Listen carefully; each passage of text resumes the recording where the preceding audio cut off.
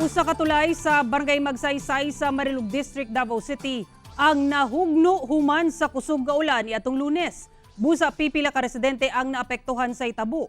Hinuon ginaayo na sa karon ang tulay. Ani report ni Kent Abrigana. Mao kining hulagway niining temporary bridge sa Sitio Colafo sa Barangay Magsaysay, Marilug District sa Davao City. Dihang nahugno ang tulay gumikan sa kusog nga pag-ulan adlawng Lunes. Tungod niini, pipila ka mga sakyanan o residente ang na-stranded. Busa apektado ang ilang panginabuhian. Wala jud mi nakatabok, na stranded ang motor naalan diri sa tabok tapos dili jud maagian siya. Makulong na jud mi diri sir, wa na mi ka agian kong mahugno diha, dagan na lang mi dito sa baba. Unta malikon na siya, ana ba, wala di na mausab. Kay nagatinda ko diri di, makuan lang akong pagpaninda diri.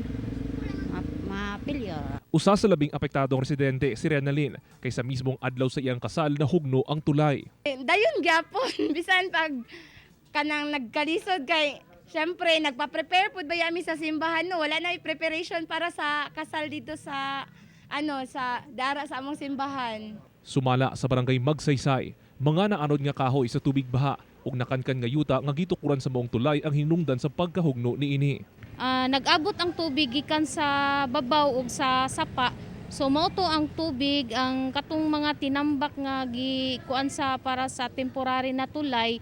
So na jud siya, nalalagid siya sa tubig tungod sa kakusog.